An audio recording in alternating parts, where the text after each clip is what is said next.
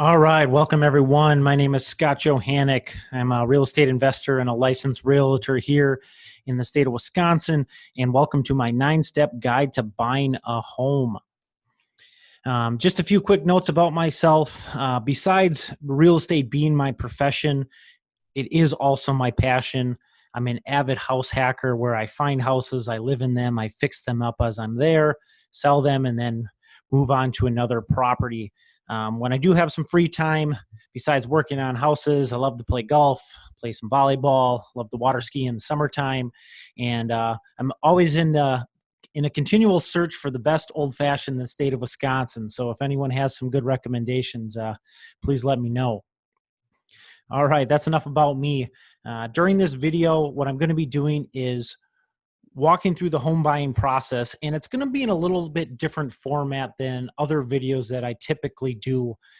This one is going to be more of a webinar style format, and I've done that because I've designed this presentation so that way you can access these slides, you can download them, you can use them later as a reference or a guide and use them to take notes and things like that.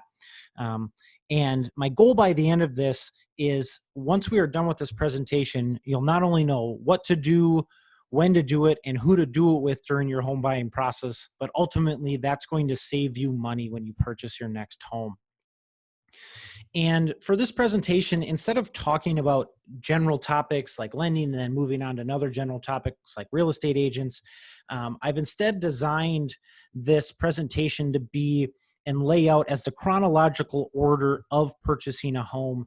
And I just believe going through this process as an actual chronological step-by-step approach just adds more value to you, and it's much more applicable and usable for you as a home buyer. So I'm going to start off by talking about the rent versus buy calculation.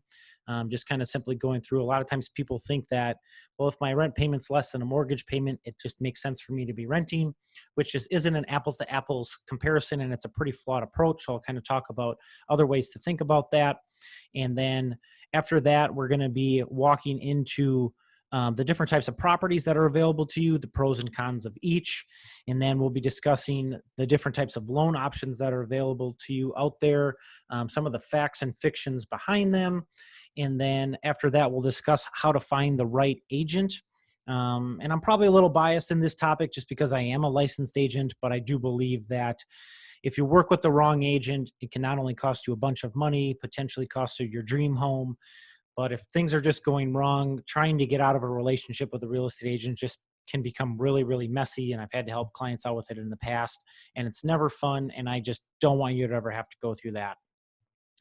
And then after that, we're going to be talking about how to find the correct lender once you do know what loan product is best for you. After that, we're going to reconnect with the agent for the home search. And then I'm going to talk about how you can test drive your agent, and then how you can really truly spot if you have a good agent or a bad agent and what to do from there. And then once we do find you the house, we'll talk through about making the offer. And then once you do get that offer accepted, we'll talk a little bit about the earnest money, contingencies, and the timeline between getting that offer accepted and going to the closing table. And then finally, what to expect at the closing table, so that way there are no surprises. And just to make sure I don't waste anybody's time, this presentation has been designed for a couple different types of home buyers in mind. Obviously, first-time home buyers, if you're looking for a really good place to start with a good detailed overview of the home buying process, this is intended to be your start. Next is those repeat home buyers who unfortunately had a bad experience during their first home purchase. And like I mentioned, unfortunately, there just are some bad agents out there, and therefore you do have bad experiences, and you're here because you just don't want to go through that process again. Next is for those first-time investors, and I'm not talking about the traditional passive investor where you're looking to buy a property and then rent it out for cash flow, but rather the individuals who are looking to purchase a property and have that property generate some income for them, whether that's fixing it up and generating equity, or maybe some creative ways of creating some passive income for you. And then last is for the people that are on the fence. Maybe you're just starting the process and you're still in the exploratory phase. If you're even just thinking about buying a home, this is also intended for you. All right, last of the housekeeping slides here are the house rules. So first and foremost, ask questions. This presentation is not designed to answer any and all questions that could come up during the home buying process. If I tried to do that, it would just be way too long, be really boring for everyone, and really provide you no value. So this is really intended to be a high-level overview that does have some specific details in it, so that way you know what questions you need to ask. And if you do have questions after this presentation, feel free to reach out to me in the comments wherever you are watching this video. Reach out to me and send me a DM. I'll also have my personal contact information, so that way you can shoot me a text, give me a call, so we can get connected, and I'll be happy to answer any questions you have. And secondly, things are constantly changing. Some of the data in this presentation may change over time, and I'll do my absolute best to keep it updated. But if there is something that seems to be out of date, let me know, and I'll do my best to update it. And then lastly, these are just my opinions that are based upon my experience as a licensed agent and as an investor, not intended to be a substitute for professional financial or legal advice. So if you do disagree with me, that is totally okay. All right, let's dive in here. So the first step in home buying is to understand if buying or renting is the right decision for you. And like I kind of mentioned before, a lot of times people just look at, well, if my rent payment is less than what I would pay in a mortgage, which kind of feels like a rent payment anyway, I should just continue to rent. And as I mentioned, this is a really flawed approach just because it's not a true apples to apples comparison. That's why I personally like to use the 5% rule, which tries to create a financially equivalent picture between renting and owning by comparing the unrecoverable cost of a renting scenario versus the unrecoverable cost of a buying scenario. So now, probably thinking, well, what the heck, Scott, what is an unrecoverable cost? And essentially what it is, it's a payment that you make that has no future value or really no potential for a return. So for rent, that's easy, right? It's your rent payment. You don't expect to get any return on an investment for that payment that you make. For buying, it's a little bit more tricky. There's a few that are easy to pull out and other ones that, require a little bit more digging. The first unrecoverable cost is maintenance, whether that's replacing a water heater or just putting some silicone around your sinks and bathtubs over time. Obviously, this varies per home depending upon the condition that it's in, when you purchase it, and a bunch of other variables. But generally, I like to use about 1% of the home value per year as maintenance, as just kind of a conservative number. So therefore, if you have a $200,000 home, we'll just assume that you'll have about $2,000 per year of maintenance cost. Next is the taxes. And obviously, these vary by state, they vary by county. And if you're looking for a more precise number for properties that you're looking at in your area, you can look these up. They are public record. But for the purpose of this conversation and this presentation, I'm going to use 1% of the home's value. Therefore, so far we've accounted for 2% of the 5% rule, 1% for maintenance, 1% for property tax. The last unrecoverable cost is the cost of capital. Now this breaks down into two components. And the first component is the cost of debt, and the second component is the cost of equity. And the cost of debt is a little bit easier to calculate because it's just the interest on the loan that you'll pay. So right now for a 30-year fixed, generally I'm seeing interest rates fluctuate a little bit below and a little bit above 3%. So I'm just going to use 3% for this conversation. And then second is the cost of equity. And what this does is it investigates using your capital, say that you would use for a down payment, and then compares that if you were to not purchase a home and use that equity you have or that capital you have and invest it in the stock market and continue to rent.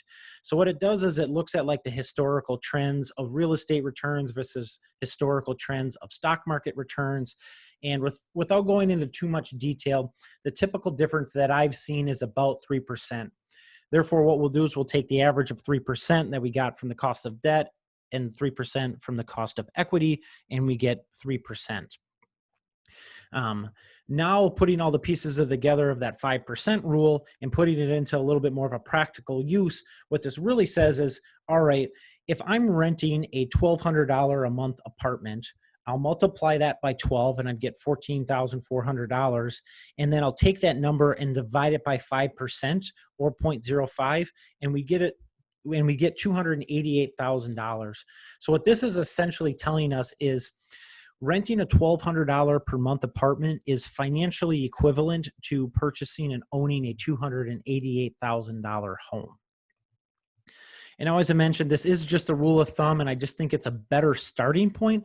But there are a few other factors to consider that this equation doesn't quite take into consideration just because they're unique variables. One of those is moving costs. If you're an individual who knows that, maybe you're going to be moving quite a bit for your job, those moving costs of not just renting a van or paying movers, but also the cost of selling your property do add up. So you should take those into consideration when thinking about yourself. Next is the use of equity. This calculation assumes that you are investing that extra cash into the stock market or something similar. Whereas, like, if you were owning a home, that extra cash would be put towards a mortgage and automatically being put towards an asset. So one of the other things you like to think about too and factor in is the tax benefits.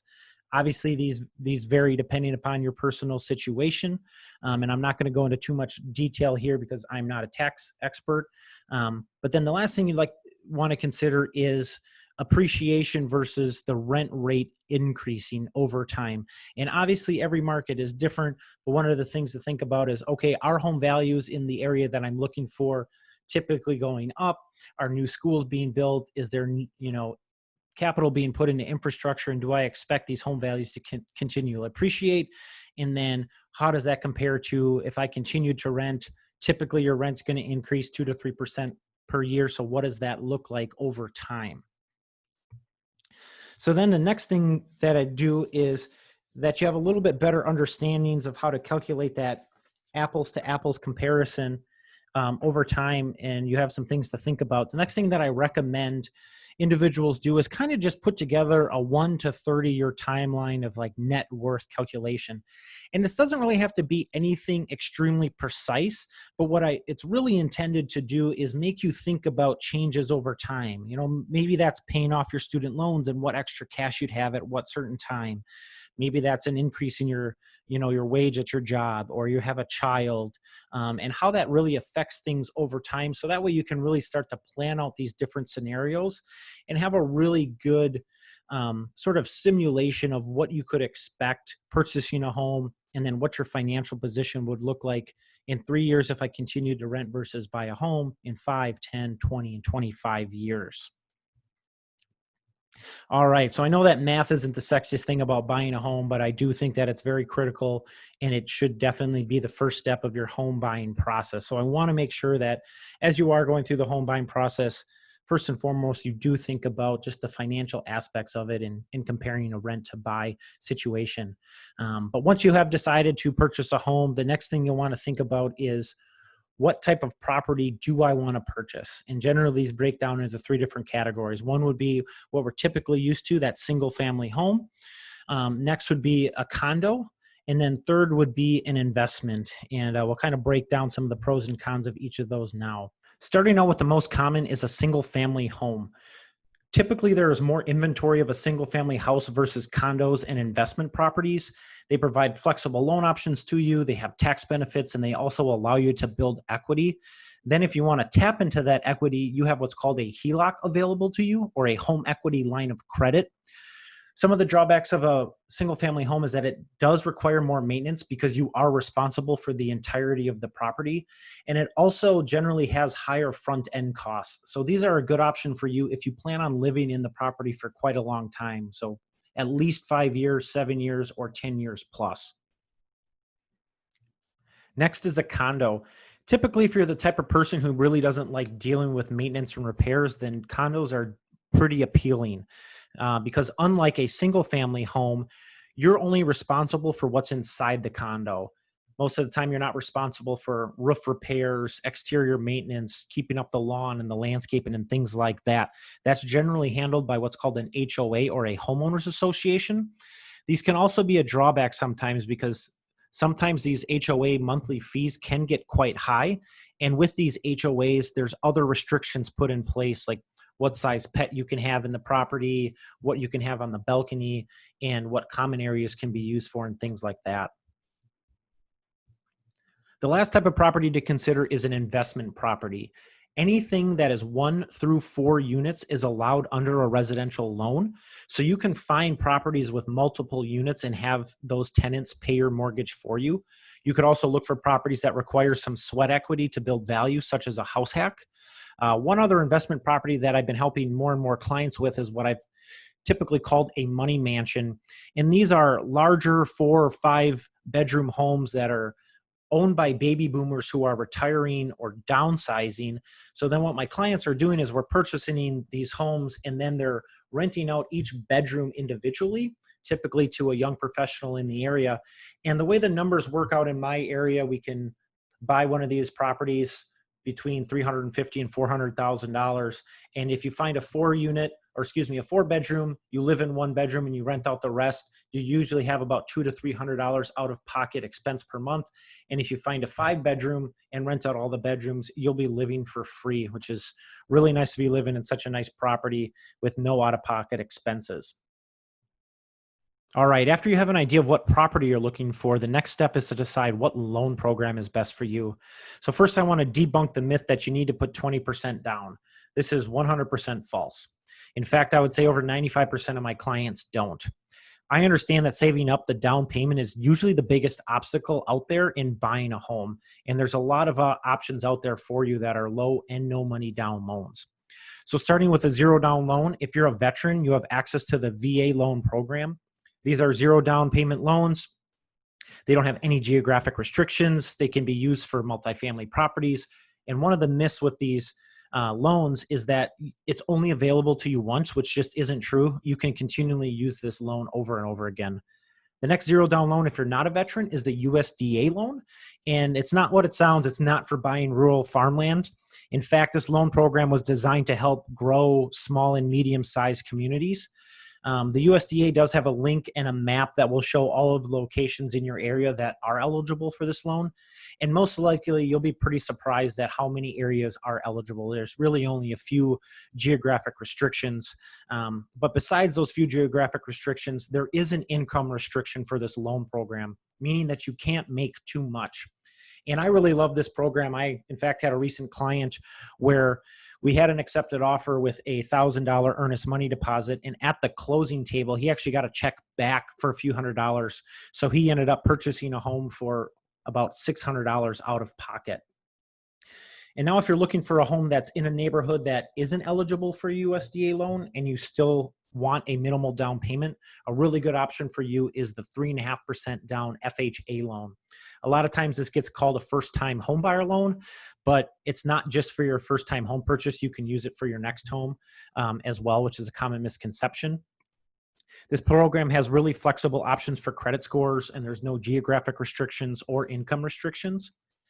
And then finally is a conventional loan where you work with a lender and the loan isn't a government-sponsored loan program. Typically, you can get a conventional loan with as little as 5% down and then continually work up from there. All right, so now you've learned how to determine if buying is right for you. You have an idea of what type of property are you looking for and in what areas and what loan program you plan on using. So now your next step is to find the right agent. If I was a home buyer, my starting point would be to go online. I'd go on YouTube, I'd go on Facebook, and I would see what agents are putting themselves out there and putting out content. Primarily because these people who have true passion for real estate, it's not just a job for them. And if that's tough to find in your area, the next thing that I would do is I would go and interview agents and I would ask them these 3 questions. First would be, what is your expertise? And if they respond with something like, oh, buying, selling, and investing, that means they're expert in nothing. For example, I'm an expert in helping homebuyers find properties with either equity or income potential, and then figuring out the costs associated with squeezing out that equity, whether that's remodeling a kitchen or doing different things like that. But if you came to me and you said, hey, Scott, I'm looking to buy a house on a lake, my response would be, okay, that's awesome. Let me go find someone who can help you. And then we can learn together because I don't know a damn thing about the restrictions of owning a lakefront property.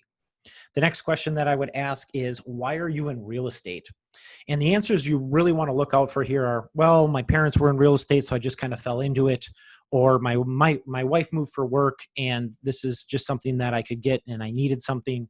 And what these answers are really showing you is that they don't have a passion for what they're doing.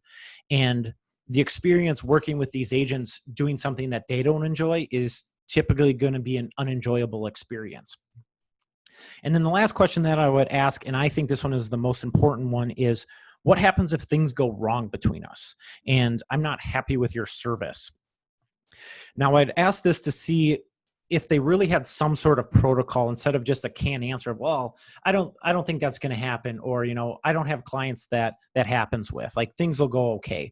It's more just to see if they have a standard protocol for that. Like, for me, my rule of thumb I tell all of my clients is, work with me for 2 weeks. I'm not going to make you sign anything, or we're not going to do any documentation. And if you're not happy with me after those 2 weeks, and you can just go tell me to kick rocks, and there's going to be no hard feelings, because I believe that if you gave me 2 weeks and I didn't show you that I can do a great job for you, I just don't deserve your business.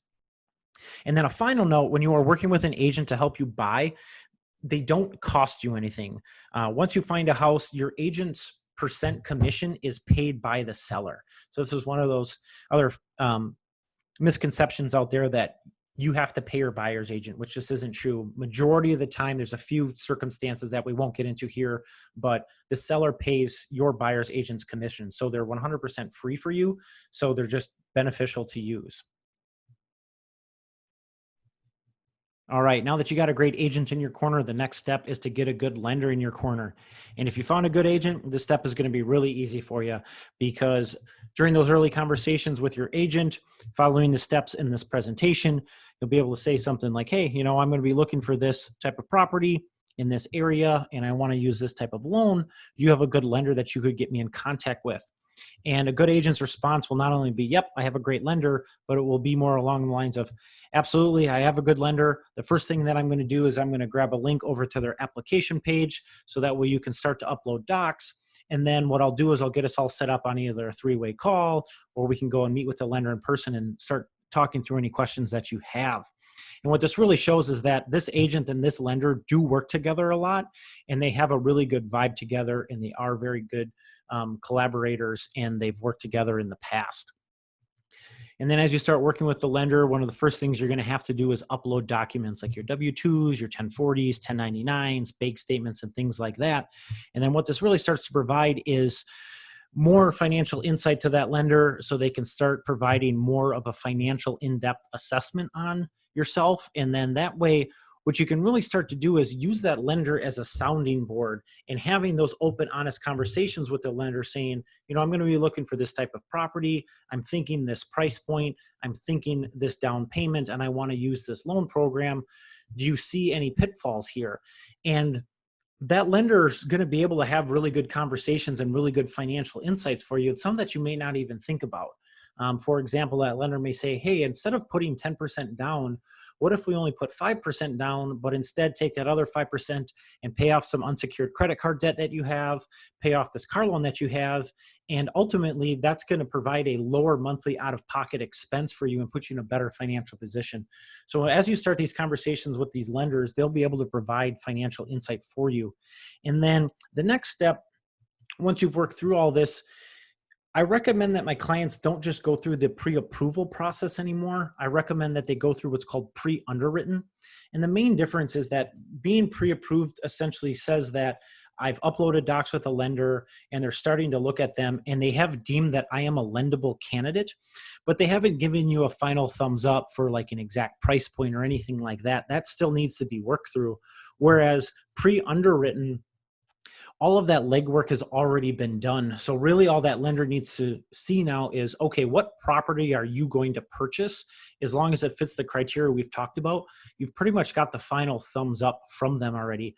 So this basically changes your closing time frame from like a traditional 45 to 60 days all the way down to 10 days if you really want it to. And it just gives you this additional comfort. It makes the closing process a lot less stressful for you. And it also just gives you a lot of extra leverage over buyers out there who need to write offers with a closing date way out in the future. Then once you're done with those conversations with their lender and you have been pre-underwritten, your next step is to reconnect with your buyer's agent and put them to work in finding you a home. And since you've had these more since you've had these more in-depth conversations with your lender, you'll much more be able to definitively give your agent a price point of homes that you're looking for. And now that you'll know what loan program you'll be working with and neighborhoods that you'll need to be in, he'll be able to start finding those and putting those together for you. And then as you start your home search, one of the things that I recommend, and a pro tip of mine, is that either yourself or your agent goes and pulls what's called a home history report for the property that you're going to look at. And the easiest way to think about a home history report is basically like a Carfax, but for a home. And what this report basically shows is all the insurance claim history on that home.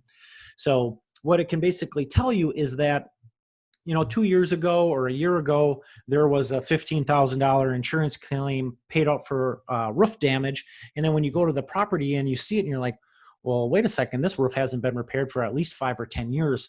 It'll really start bringing to light that, oh man, like this, it looks like this owner pocketed this money and didn't actually repair this correctly. And then what that home history report also provides is an insurance quote on that property. So that way you can really start to understand that financial aspect of your home purchase for that exact property. And then during this phase, as you start looking at homes, this is a great way to start testing out your agent. And this is where you'll find out really quickly you either have a bad agent or you have a good agent. And the telltale signs of a bad agent are pretty much all that they're going to do is they're going to set you up on an automated listing feed where they'll type in some criteria in their MLS program or their multiple listing service program. And then every time a new property hits the market, it'll send you an automated email. And then when you reach out to them about a property that you're interested in, they're tough to get a hold of. A lot of times agents, in my opinion, will give the excuse that, well, I'm just really busy. Sometimes it's hard for me to respond. It's your agent's job to be very responsive, especially in markets where things are very competitive. Whereas if you're working with a good agent, most likely they're not even going to set you up on that automated news feed. They'll constantly keep an eye on all the new properties that hit the market on a daily basis and an hourly basis. And when they find a property that meets the criteria that you talked about, and they think it's a good one, they'll go and, set up a showing for you on the time that's, works for you. And at that showing, they're going to be early. They'll have the lights on. They'll pretty much already have walked through the property themselves. And they'll also have a CMA report ready, or a comparative market analysis ready for you, which basically kind of showcases, is this property overpriced, underpriced? Is it at the correct price? They'll also have that home history report ready for you with that insurance quote. And they'll also be able to walk through the property and give you creative solutions to maybe some things that aren't quite ideal for you. So maybe you find a property that is exactly what you're looking for, but you're like, man, I really wish this garage door had windows in it. A good agent will say, that's no problem. We can write that in as a contingency that states that, the homeowner has to go and get a certified handyman to put in this garage door or this part number from this supplier prior to closing. And a good agent will be able to understand that we can write these creative offers in here, because sometimes the exact perfect home doesn't exist, but that doesn't mean that you can't turn it into your perfect home. All right, then once you did find that perfect property, this is where things start to get real, making the offer. Now, I understand that the offer to purchase document itself can be a little bit intimidating sometimes, but it really just breaks down into a couple simple components. So first is, what price do you want to pay for the property? Next is, what amount of money are you willing to put up to show that you are serious, or commonly called the earnest money? And the main question around earnest money is, well, what is it used for, and when do I get it back, and when do I not get it back? So when you put in that earnest money check, typically into the listing broker's IBRETA account, or the interest-bearing real estate trust account, these funds can't be touched by anyone. And in fact, as these funds sit there, they gain interest on those funds, and that interest is used to actually fund homelessness programs in the area. And if all the contingencies are met and you go and you purchase the property, your earnest money amount that you put up will be used as your down payment. If the contingencies aren't met and you walk away from the property, you get that earnest money back.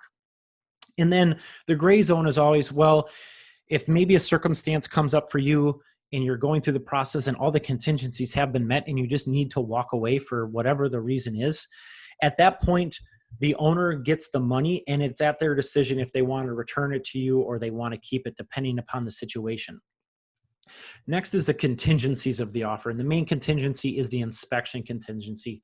And this basically states, I'm going to have a certified home inspector walk through the property, and they're going to create a report on the condition of this property. And if that report meets my satisfaction, this contingency is met. The next are the financing and appraisal contingencies. Financing contingency is basically saying, me purchasing this home is contingent upon me getting financing from a bank. And the appraisal contingency basically states, I will purchase this property if the appraisal comes back at the amount of the offer or above. And if it comes below that, I have the opportunity to either walk away or come up with those additional funds. Then once that offer is accepted, the next step is to get to the closing table. And if you've already been pre-underwritten, this process is a lot less chaotic because you as the home buyer really only need to focus on getting a home inspector in there. And if you're working with a good agent, they'll have a good contact. That agent will be at that home inspection with you. And then really the only other thing you'll need to focus on is getting home insurance for the property, so that way it's ready for closing. And then your lender is really only going to be focusing on getting an appraisal done and getting an appraiser in there, since all of their legwork's been done and you've already been pre-underwritten. And then really all they need to do is, once those contingencies are closed, you have home insurance in place, the lender will give you the final thumbs up and you're clear to close. And then the last step is at the closing table and what to expect when you're there. On the day of closing, I know it's an exciting day. A couple things to think about. You should bring a couple forms of ID, whether that's a driver's license, a passport, even sometimes a credit card, just to show what your identity is and there's no confusion there. So you have multiple forms of ID. The next thing you'll need to bring is a cashier's check for the amount of the down payment and any other payments that need to be paid at closing. And this amount will be provided to you by the closing company ahead of time. Throughout the process, you'll be working with an individual either at the closing company or the title company, and they'll be in contact with your agent providing documents that will provide this information for you. So you'll know exactly what amount you'll need to bring to the closing table with you in the form of a cashier's check. And then I'm not going to lie, you're probably going to have to warm up your hands a little bit. You will have a lot of documents to sign at the closing table. But again, that closing agent and title officer that you'll be working with, they'll be providing information on all the documents that you are signing. So if you have any questions, they'll be there to answer it. And then once you are done signing all of those documents, the final step is to get the keys to your new home, transfer over the utilities, get the garage door opener, and do things like that. And then at that point, you are now a proud homeowner. So congratulations, and thanks for sticking around here for the entirety of this. I really hope you did find value in this process. Please leave your thoughts, comments. If you do have any questions, again, DM me, leave your notes in the comments below. Wherever you are watching this, you can feel free to give me a call or shoot me a text, send me an email. My information is on this page. I'll also have these slides available for download. And if you did enjoy this and you did find value in this content, if you could please share with anybody that you think will also find value in this. I really appreciate it. And till next time, we'll see you later.